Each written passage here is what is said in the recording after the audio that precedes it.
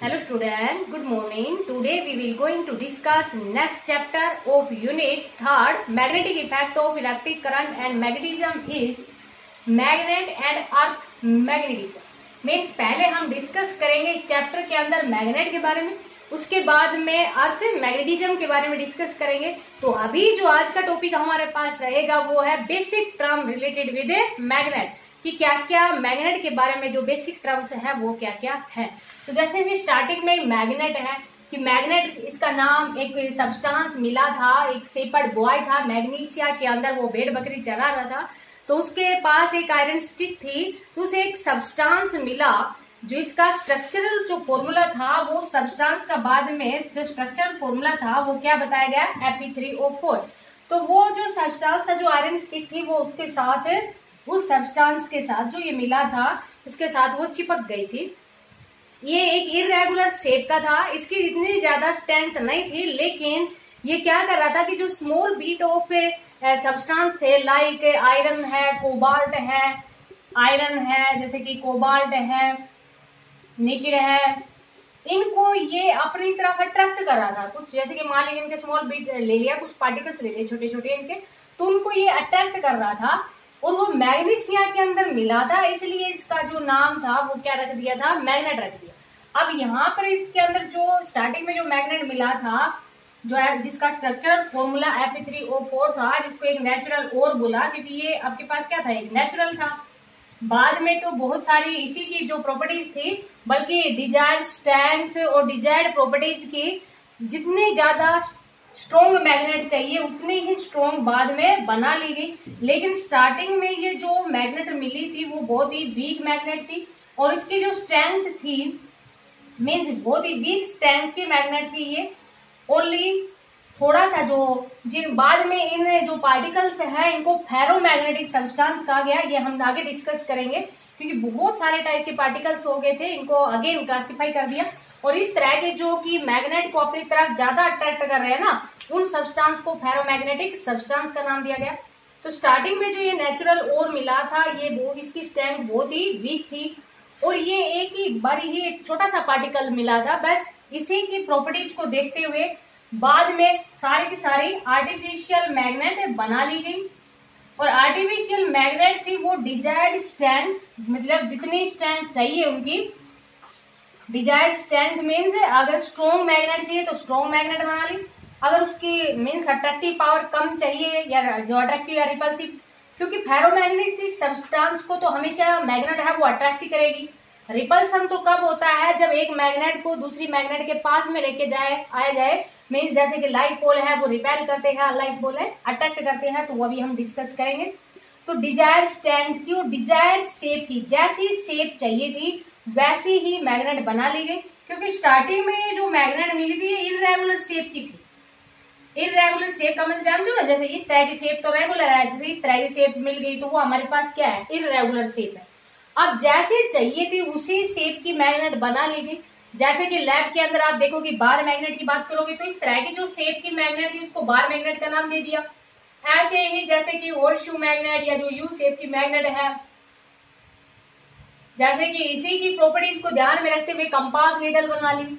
तो ये बाद में जैसे स्ट्रेंथ मीन्स आप देखते हैं कि जैसे स्टील की जो मैग्नेट होती है वो बहुत ही ज्यादा स्ट्रॉन्ग मैग्नेट होती है आयरन की बजाय। आयरन की मैग्नेट है एक स्टील की जो परमानेंट मैग्नेट होती है, क्लास 10 में पढ़ी होगी आपने। तो जितनी जैसी स्ट्रेंथ इनको चाहिए थी, जैसी शेप चाहिए थी, वैसी मैग्नेट बाद में बना ली गई। अब इससे जो मैग्नेट है उनसे कुछ रिलेटेड टर्म्स हैं, उनके बारे में हम डिस्कस करेंगे अभी। मीन्स कुछ basic regarding with a magnet, हमारे पास जो टॉपिक है वो क्या है, some basic of a magnetism, उनके बारे में अभी हम डिस्कस करेंगे। सम बेसिक ऑफ मैग्नेटिज्म, कुछ basic term related with a magnetism. तो देखो यहाँ पर बहुत ही सिंपल सा आर्टिकल है, क्योंकि जस्ट आपको एक बेसिक टर्म बता रहे हैं। यहाँ पर सम बेसिक ऑफ मैग्नेटिज्म में ये कहा गया कि जो अर्थ है वो भी एक मैग्नेट की तरह बिहेव करती है। The earth behave as magnet, behave as a magnet. देखो ये कैसे, अर्थ है वो एक मैग्नेट की तरह बिहेव कर रही है, क्योंकि जब जैसे ही एक मैग्नेट को फ्रीली सस्पेंड किया जाता है तो हमेशा वो नॉर्थ साउथ डायरेक्शन में आके रेस्ट में आ जाती है। तो ये कह दिया कि जैसे कि जो अर्थ है वो रोटेट करती है अबाउट इट एक्सिस, तो जिधर मैग्नेट का नॉर्थ है उधर अर्थ का क्या है, जियोग्राफिक साउथ है। जिधर जो मैग्नेट का नॉर्थ है उधर क्या है, अर्थ का जियोग्राफिक साउथ, और जिधर अर्थ का जो जियोग्राफिक नॉर्थ है उधर क्या था, मैग्नेट का साउथ था। क्योंकि अर्थ है वो अपनी एक्सिस के अबाउट रोटेट करती है, और ये हम आगे डिस्कस भी करेंगे डिटेल से कि अर्थ है वो एक मैग्नेट की तरह बिहेव करती है। अभी कुछ बेसिक टर्म बता रहे हैं इसमें। तो फर्स्ट आपके पास क्या है, earth behave as a magnet, क्योंकि when a magnet is suspend freely then it come to rest in north south direction. तो इट इज अज्यूम दैट कि जिधर मैग्नेट का नॉर्थ था उधर क्या था, अर्थ का जियोग्राफिक साउथ, और जिधर मैग्नेट का साउथ था उधर क्या था, अर्थ का जियोग्राफिक नॉर्थ। इसलिए ये कह दिया कि अर्थ है वो एक मैग्नेट की तरह बिहेव करती है। उसके बाद में देखो कुछ सेकंड आपको ये कह दिया कि every magnet attract small bit of paper या स्मॉल बीट्स ऑफ पार्टिकल। ये कह दिया एवरी मैग्नेट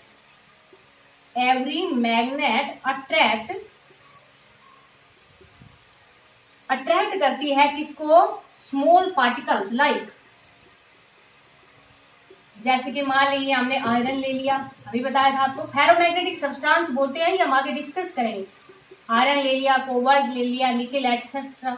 तो इन सब्सटेंस को जो हर एक मैग्नेट है, कोई भी जो मैग्नेट ले लिया हमने, तो वो क्या करती है, इनको अट्रैक्ट करती है। स्मॉल पीसी जो मेटेरियल लाइक जैसे आयरन है, कोबाल्ट है, निकेल है, और जैसे कि स्टील की मैग्नेट तो बहुत ही ज्यादा स्ट्रॉन्ग मैग्नेट होती है, तो ये क्या करती है, इनको अपनी तरफ अट्रैक्ट करती है। तो ये भी हमारे पास क्या है, some basic of a magnetism है। हर एक मैग्नेट अट्रैक्ट करेगी, इनको फेरोमैग्नेटिक सब्सटेंस कहते हैं। मीन्स जिनकी जो मैग्नेटिक प्रॉपर्टी जिनके अंदर ज्यादा होती है, क्योंकि हम जैसे केमिस्ट्री में आपने थोड़ा बहुत पढ़ भी लिया होगा, 3 टाइप के मटेरियल होते हैं हमारे पास, डायमैग्नेटिक, पैरामैग्नेटिक और फेरोमैग्नेटिक सब्सटेंस। इनको हम फेरोमैग्नेटिक सब्सटेंस की कैटेगरी में लेते हैं। थोड़ा वेट करना, लास्ट में जो अगला चैप्टर है उसके अंदर हम इनके बारे में डिस्कस करेंगे डिटेल से। तो अभी समझ आ गया होगा आपको सेकंड पॉइंट। थर्ड पॉइंट में ये कह दिया कि जब कोई भी मैग्नेट होती है उसको सस्पेंड फ्रीली किया जाता है, तो वो हमेशा कौन सी डायरेक्शन में आती है, north south direction. When a magnet is suspend freely means जैसे कि मान लीजिए कोई भी पार्टिकल से उसको सस्पेंड किया जाता है फ्रीली, मीन्स लटकाया जाता है, then it come to rest in a north south direction. तो ये अभी आपको बता दिया था स्टार्टिंग में, और ज्यादा डिटेल से हम आगे पढ़ेंगे इसके बारे में। नॉर्थ साउथ डायरेक्शन कि जैसे एक मैग्नेट को सस्पेंड फ्रीली किया जाता है तो it come to rest in a north south direction. तो ये भी हमारे पास कुछ बेसिक है अबाउट ए मैग्नेट। और देखो आपके पास क्या कह दिया कि एक जो लाइक पोल है वो रिपेल करती है और अनलाइक पोल अट्रैक्ट करती है। जैसे कि मान लीजिए एक मैग्नेट है हमारे पास, ये नॉर्थ ले लिया, एक साउथ ले लिया, एक दूसरी मैग्नेट लेके आए, और जिसका नॉर्थ पास में था, तो ये एक दूसरे को क्या करती है, यहाँ पर हमारे पास क्या होता है, इनके बीच में रिपल्सन होता है। और अगर एक जैसे कि ये मैग्नेट है और इसके पास में दूसरी मैग्नेट लेके आए, इसका साउथ था इसकी तरफ, तो इनके बीच में क्या होता है, attraction. It means like pole होते हैं वो एक दूसरे को क्या करते हैं, रिपेल करते हैं, और अनलाइक पोल है वो एक दूसरे को अट्रैक्ट करती हैं। तो ये हमारे पास some basic of a magnetism है वो डिस्कस कर रहे हैं हम। उसके बाद में देखो क्या है कि जैसे कि जो फोर्स ऑफ अट्रैक्शन है, जैसे आपने कूलाम से लॉ पढ़ा था, बिल्कुल सेम उसी तरह से है यहाँ पर भी, कि जैसे कि एक मैग्नेट होती है तो वहां पर, क्योंकि देखो कूलाम से लॉ से क्यों रिलेट कर रहे हैं, अभी हम डिस्कस करेंगे मैग्नेटिक फील्ड लाइंस। और जैसे कि हमने इलेक्ट्रिक फील्ड लाइंस के बारे में पढ़ चुके हैं, तो इलेक्ट्रिक फील्ड लाइंस में आपके पास क्या था कि वो नॉर्थ से स्टार्ट होती थी और साउथ पे, इलेक्ट्रिक फील्ड लाइंस पॉजिटिव से स्टार्ट होती थी और नेगेटिव पे टर्मिनेट होती है। बिल्कुल सेम वैसे देखो क्या है, जैसे कि हमने एक बार मैग्नेट ले लिया, पर क्या लिया है कि बार मैग्नेट, इस तरह की शेप की होती है बार मैग्नेट।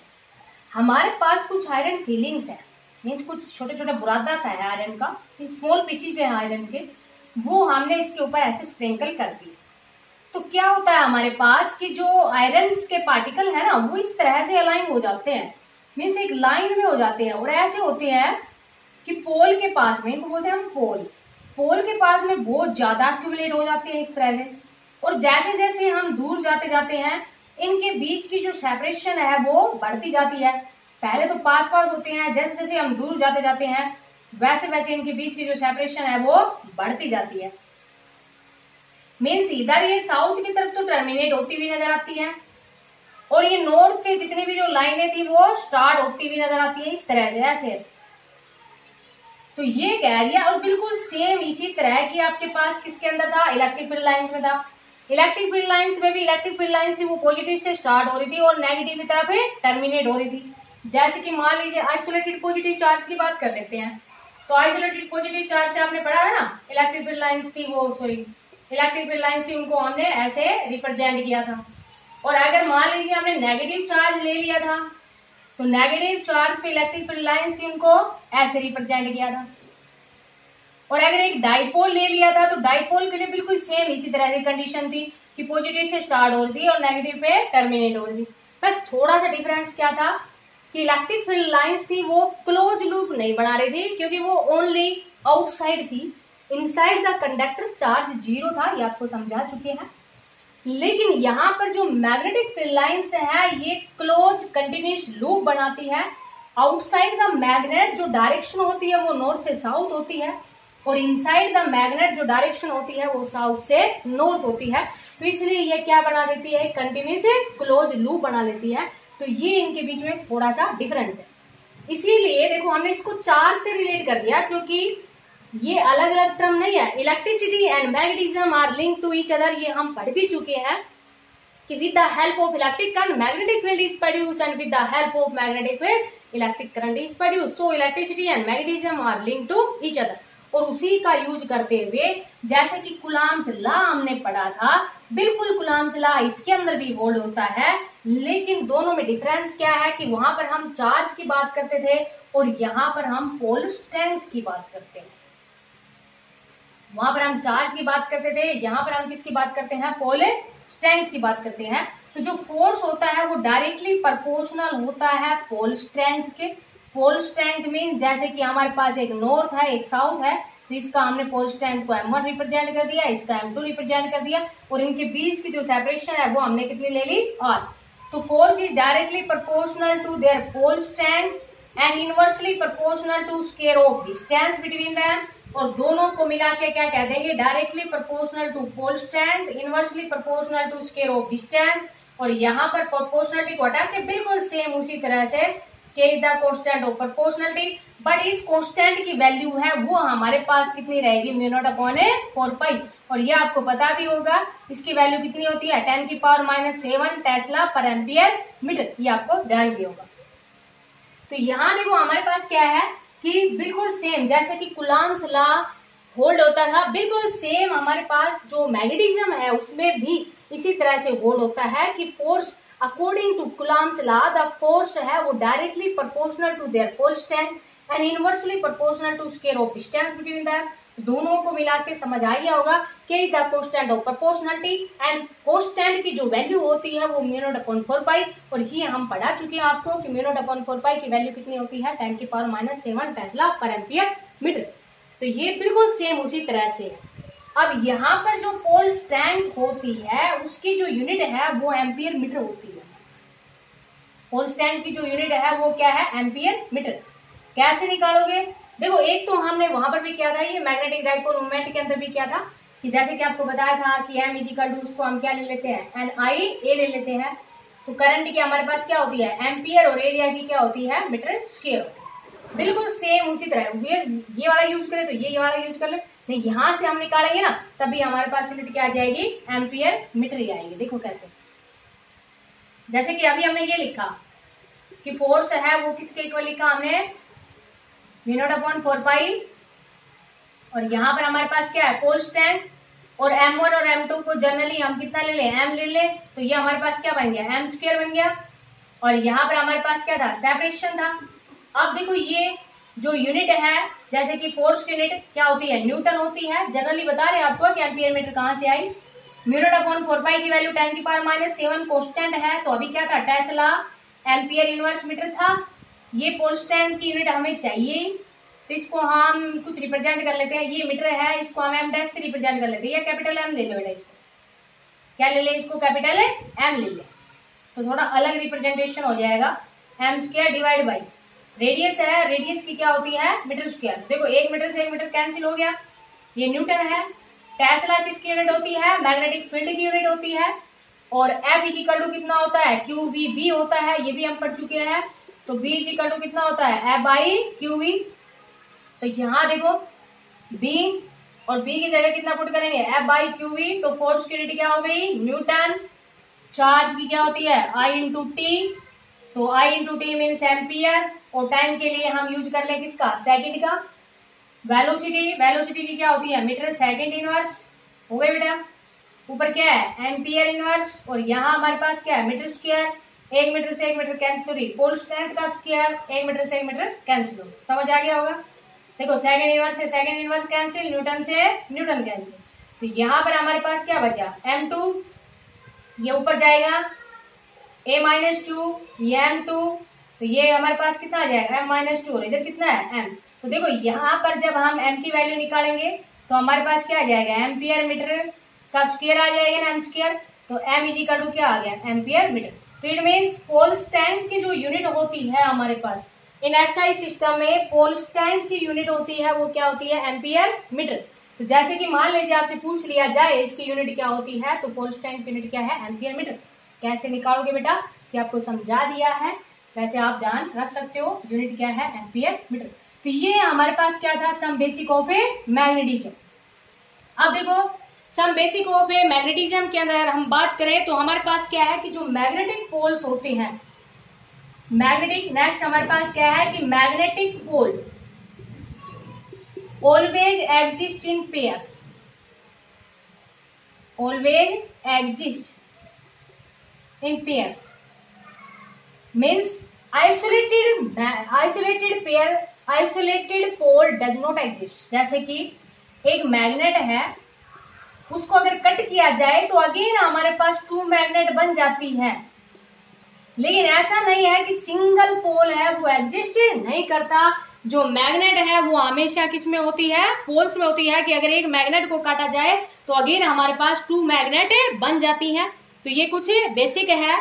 जैसे कि एक हमारे पास है इंडक्टिव प्रॉपर्टीज, इंडक्शन आपने पढ़ा था। ऐसे ही हमारे पास सम बेसिक ऑफ मैग्नेटिज्म में क्या है, इंडक्टिव प्रॉपर्टी। इंडक्टिव प्रॉपर्टी देखो क्या होती है कि जैसे कि मान लीजिए कुछ सब्सटेंस है, उनको बरीड किया जाता है। बरीड करने का मीन्स जैसे दबाया जाता है अंडर द अर्थ सरफेस। कौन से सब्सटेंस, जिनके अंदर ये प्रॉपर्टीज होती है। जैसे कि मान लीजिए हमारे पास सॉफ्ट आयरन ले लिया, कोबाल्ट ले लिया, उनको प्लेस किया जाता है नियर ए बार मैग्नेट या बरीड की बाद हम बाद में बात कर लेंगे। इंडक्टिव प्रॉपर्टीज के लिए अभी हम इतना देख लेते हैं, क्योंकि बाय इंडक्शन विदाउट टचिंग आपने पढ़ा था ना इंडक्शन मेथड। तो जैसे कि एक मैग्नेट ले ली हमने और एक हमारे पास क्या है, कोई भी आयरन पीसीज है, उसको बिल्कुल पास में रखते हैं विदाउट टचिंग। तो क्या होता है कि कुछ प्रॉपर्टीज, ये जो मैग्नेट है, सॉरी ये कुछ जो प्रॉपर्टीज है, ये आयरन पार्टिकल्स ले लिया या कोबाल्ट ले लिया, निकल ले लिया, तो वो कुछ प्रॉपर्टीज एक्वायर कर लेता है। मीन्स वो उसी तरह से बिहेव करने लग जाता है जैसे मैग्नेट करती, कुछ करता है। जैसे कि इंडक्शन प्रॉपर्टीज हमने पढ़ी थी, आपको ध्यान हो कि जैसे कि ग्लास रोड को रब किया जाता था सिल्क क्लॉथ से, तो फ्रिक्शन वाला मेथड पढ़ा था। एक विदाउट टचिंग पढ़ा था इंडक्शन, ध्यान होगा आपको। स्टार्टिंग में फर्स्ट यूनिट के अंदर पढ़ा था प्रॉपर्टीज ऑफ चार्ज के अंदर, प्रॉपर्टीज ऑफ चार्ज में सॉरी मेथड ऑफ चार्जिंग के अंदर हमने पढ़ा था वहां पर इंडक्शन। तो इंडक्टिव प्रॉपर्टीज यहाँ पर क्या है कि एक मैग्नेट के पास में, जैसे कि एक बार मैग्नेट के पास में कोई भी फेरोमैग्नेटिक सब्सटेंस ले लिया, मीन्स जो ज्यादा प्रॉपर्टीज एक्वायर कर सकता है। जैसे कि यहाँ पर आयरन ले लिया या आपके पास कोबाल्ट ले लिया, निकल ले लिया, उसको उसके पास में रखते हैं लेकिन विदाउट टचिंग। तो क्या करता है, वो भी कुछ प्रॉपर्टीज है उसको एक्वायर कर लेता है, और उसको हम क्या कहते हैं, इंडक्टिव प्रॉपर्टीज कहते हैं। और लास्ट आपके पास देखो क्या है, ये काफी इंपोर्टेंट है सम बेसिक ऑफ मैग्नेटिज्म में। क्या, repulsion is the shortest to test magnetism. ये काफी इंपोर्टेंट है। Repulsion is shortest to test magnetism. कि मैग्नेटिज्म को टेस्ट करने के लिए रिपल्सन है वो एक शॉर्ट टेस्ट है। कैसे, देखो बेटा, इस पे क्वेश्चन भी बन जाता है कि to show that repulsion is the short test to test magnetism. किस टाइप से आइडिया हमारे कि मान लीजिए हमने क्या ले लिया कि एक तो आयरन का पीस ले लिया, जैसे कि मान लीजिए इररेगुलर शेप का ले लिया, ये आयरन का पीस ले लिया, और एक मैग्नेट ले लिया हमने इररेगुलर शेप, ठीक है बेटा। और दोनों की जो जैसे ब्लैक ब्लैक कलर के ही हैं दोनों, और हमारे पास हमें ये टेस्ट करना है कि इनमें से कौन सी मैग्नेट है और कौन सा आयरन पीस है। समझ आया बेटा? क्या ले लिया हमने, एक तो मैग्नेट ले ली और एक आयरन का पीस ले लिया, और हमें ये बताना है कि इनमें से कौन सी मैग्नेट है और कौन सा आयरन पीस है, और दोनों की शेप है वो इरेगुलर शेप की, ब्लैक ब्लैक कलर की शेप की ले ली। मीन्स दोनों की जो शेप थी वो बिल्कुल सेम थी, देखने से पता नहीं चल रहा। तो देखो क्या करेंगे, अब जैसे कि मान लीजिए हमने क्या ले लिया कि एक मैग्नेट ले ली इसको टेस्ट करने के लिए, एक मैग्नेट ली, एक मैग्नेट को इसके पास में लेके गए, इसने क्या कर लिया, मैग्नेट को अपनी तरफ अट्रैक्ट कर लिया। यहां भी मैग्नेट को इसके पास में लेके गए, इसने भी अट्रैक्ट कर लिया। पता नहीं चला ना, क्यों नहीं पता चला, क्योंकि अट्रैक्ट कब कर लिया, मान लीजिए जो आयरन पार्टिकल्स है, आयरन पार्टिकल तो हमेशा ही अट्रैक्ट करेगा, चाहे मैग्नेट का नॉर्थ पोल पास में लेके जाओ या साउथ पोल लेके जाओ, आयरन पार्टिकल्स तो हमेशा ही मैग्नेट को, मीन्स जो मैग्नेट है वो आयरन पार्टिकल को तो हमेशा ही अट्रैक्ट करेगी। और दूसरा आपके पास मैग्नेट है, सपोज करो जैसे मैग्नेट का मान लीजिए हमें पता नहीं ना कि नॉर्थ पोल को लेके गए साउथ को, लेकिन इसने अट्रैक्ट किया है, इट मीन्स जैसे कि सपोज करो यही मैग्नेट थी तो ये इसका नॉर्थ पोल था, ये साउथ था, और जैसे कि हम मैग्नेट को लेके आए इसके पास में, तो हो सकता है इसका साउथ उसके पास में हो, तब उसने अट्रैक्ट कर लिया। तो अट्रैक्शन से पता नहीं चला ना, अब क्या करेंगे, जैसे उस मैग्नेट को उसके पास में लेके गए थे ना, अब उसकी चेंज कर लेंगे, उस डायरेक्शन को चेंज कर लेंगे।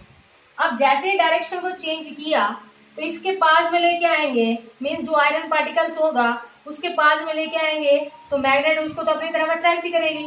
लेकिन अब क्या होगा कि जैसे उसकी डायरेक्शन को चेंज किया तो जो मैग्नेट थी वो अब क्या कर देगी, उसको रिपेल कर देगी। तो शायद आपको समझ आ गया होगा। तो अट्रैक्शन से हमें नहीं पता चलेगा, रिपल्सन है वो एक श्योर टेस्ट है टू टेस्ट मैग्नेटिज्म का, क्योंकि जो मैग्नेट है वो आयरन पार्टिकल को तो हर बार अट्रैक्ट करेगी, लेकिन मैग्नेट का डिपेंड करेगा कि पोल कौन सा है। अगर नॉर्थ पोल हुआ तो नॉर्थ नॉर्थ आपस में क्या कर देंगे, रिपेल कर देंगे, और अगर उसका साउथ हुआ तो नॉर्थ साउथ आपस में क्या कर लेंगे, अट्रैक्ट कर लेंगे। तो repulsion is the sure test to test magnetism, attraction से नहीं पता चलेगा। ये काफी इंपोर्टेंट आपके पास बेसिक है। तो सम बेसिक ऑफ मैग्नेटिज्म की मैग्नेटिज्म से रिलेटेड 1 मार्क्स के अंदर आपके पास क्वेश्चन है, वो किस टाइप से पूछ सकते हैं। तो ये कुछ बेसिक था रिगार्डिंग विद मैग्नेटिज्म, ठीक है बेटा। उसके बाद में अभी हमारे पास सिंपल सा टॉपिक है, ये आपको वैसे पहले भी आपको वीडियो है सेंड कर चुके हैं इसकी, मैग्नेटिक फील्ड लाइंस की, दोबारा देख लो एक बार, थोड़ा सा डिस्कस कर रहे हैं। नेक्स्ट जो टॉपिक है हमारे पास इसके अंदर वो क्या है, मैग्नेटिक फील्ड लाइंस। तो थोड़ा सा अभी हम डिस्कस कर रहे हैं अगेन मैग्नेटिक फील्ड लाइंस। तो मैग्नेटिक फील्ड लाइंस क्या होती है, जैसे कि अभी हमने रिप्रेजेंट की थी कि नॉर्थ से स्टार्ट हो रही थी, साउथ पे टर्मिनेट हो रही थी, वही हमारे पास क्या थी, मैग्नेटिक फील्ड लाइंस थी। तो मैग्नेटिक फील्ड लाइंस की जो डायरेक्शन है ना, वो हम किससे देते हैं, तो जैसे कि मान लीजिए कि इमेजिनरी कर्व रिप्रेजेंट कर लिया, तो tangent at any point gives the direction of magnetic field, या जैसे कि मान लीजिए हम कंपास की हेल्प से देखते हैं उसकी डायरेक्शन। तो ये हमारे पास क्या है, मैग्नेटिक फील्ड लाइंस क्या होती है, tangent at any point gives the direction of a magnetic field lines. अगर मान लीजिए हमारे पास कोई भी इमेजिनरी कर्व हमने रिप्रेजेंट कर लिया, कुछ प्रॉपर्टीज की अगर हम बात करते हैं मैग्नेटिक फील्ड लाइंस की, तो कुछ प्रॉपर्टीज है हमारे पास मैग्नेटिक फील्ड लाइंस की, वो क्या होती है, मैग्नेटिक फील्ड लाइंस है वो कंटिन्यूस क्लोज कर्व, मैं ओरली बता देती हूँ क्योंकि बेटा हम ये डिस्कस कर चुके हैं कि मैग्नेटिक फील्ड लाइंस है वो कंटिन्यूस क्लोज लूप बनाती है। आउटसाइड द मैग्नेट जो डायरेक्शन होती है वो किधर होती है, नॉर्थ टू साउथ होती है, किधर, आउटसाइड द मैग्नेट, और इनसाइड द मैग्नेट क्या होती है, साउथ टू नॉर्थ। तो वो कैसा बनाती है आपके पास से, कंटिन्यूस क्लोज लूप बनाती है। Tangent at any point give the direction of magnetic field lines, ठीक है बेटा। उसके बाद में आपके पास जैसे कि no two magnetic field lines intersect each other, काफी इंपोर्टेंट है, because if they intersect at a point, जैसे कि टू मैग्नेटिक फील्ड लाइंस वो इंटरसेक्ट करती हैं, तो एक ही पॉइंट के ऊपर टू टेंजेंट हो जाएंगे, या एक ही पॉइंट के ऊपर कंपास है वो टू डायरेक्शन दिखाएगा, विच इज नॉट पॉसिबल, क्योंकि एक पॉइंट पे तो एक ही डायरेक्शन दिखा सकता है ना, एक टाइम टू डायरेक्शन तो नहीं दिखा सकता। या हम सिंपली कह देंगे कि एक पॉइंट से सिर्फ एक ही टेंजेंट हो सकता है, 2 टेंजेंट्स है वो नहीं हो सकते। तो ये हमारे पास क्या है, no 2 magnetic field lines intersect each other, काफी इंपोर्टेंट है, no 2 magnetic field lines intersect each other, intersect each other, because if they intersect at a point, then at a point there are 2 tangents, which is not possible. Magnetic field lines start from north and terminate from at a south, और they contact longitudinally, एक दूसरे को contact कर लेती हैं, क्योंकि unlike पोल है वो एक दूसरे को क्या करते हैं, अट्रैक्ट करते हैं। और अगर मान लीजिए एक और आप ध्यान रखना, जब यूनिफॉर्म मैग्नेटिक फील्ड की बात करते हैं तो इस तरह की शेप ली जाती है, किसकी बेटा, यूनिफॉर्म मैग्नेटिक फील्ड, ये आपको बता चुके हैं वैसे हम। जैसे कि क्रॉस में इस तरह से रिप्रेजेंट करते हैं, तो आपको क्या बताया था, ये इनवर्ड डायरेक्शन में बताया था ना, और डॉट से रिप्रेजेंट करते हैं, ऐसे डॉट से रिप्रेजेंट करते हैं, तो आपको किस में बताया था, ये आउटवर्ड में बताया था ना। ये कुछ आपको इनके रिगार्डिंग, जैसे मैग्नेट थी उसके रिगार्डिंग आपको कुछ बताया था कि जैसे कि यूनिफॉर्म मैग्नेटिक फील्ड है तो उसको हम इस तरह से रिप्रेजेंट करते हैं, क्रॉस से रिप्रेजेंट करते हैं। जैसे इनवर्ड डायरेक्शन की बात करते हैं तो क्रॉस से रिप्रेजेंट करते हैं, और आउटवर्ड है सॉरी डॉट है उसको हम किससे रिप्रेजेंट करते हैं, आउटवर्ड में करते हैं ना, आपको ध्यान होगा ये। तो अब देखो, जैसे कि मान लीजिए नॉन यूनिफॉर्म मैग्नेटिक फील्ड की बात कर ले, तो जैसे कि कहीं तो लाइन बहुत ही क्लोज है और कहीं आपके पास क्या है, दूर दूर इस तरह से ले ली जाए, जैसे कि ऐसे ले ली जाए, तो ये हमारे पास क्या है, नॉन यूनिफॉर्म मैग्नेटिक फील्ड है। तो ये टर्म हम आगे यूज करेंगे, यूज कर भी चुके हैं पीछे भी, आपको ध्यान होगा कि ये वाले जो टर्म है वो हम पीछे भी यूज कर चुके हैं। जैसे सोलेनॉइड के अंदर आपको ध्यान हो, डॉट का भी यूज किया था, क्रॉस का भी यूज किया था। तो ये था हमारे पास some basic regarding with magnetism. तो इसको आप एक बार अच्छे से अंडरस्टैंड करना, फिर आगे का चैप्टर आपको बहुत अच्छे से समझ आ जाएगा। Thank you, have a nice day.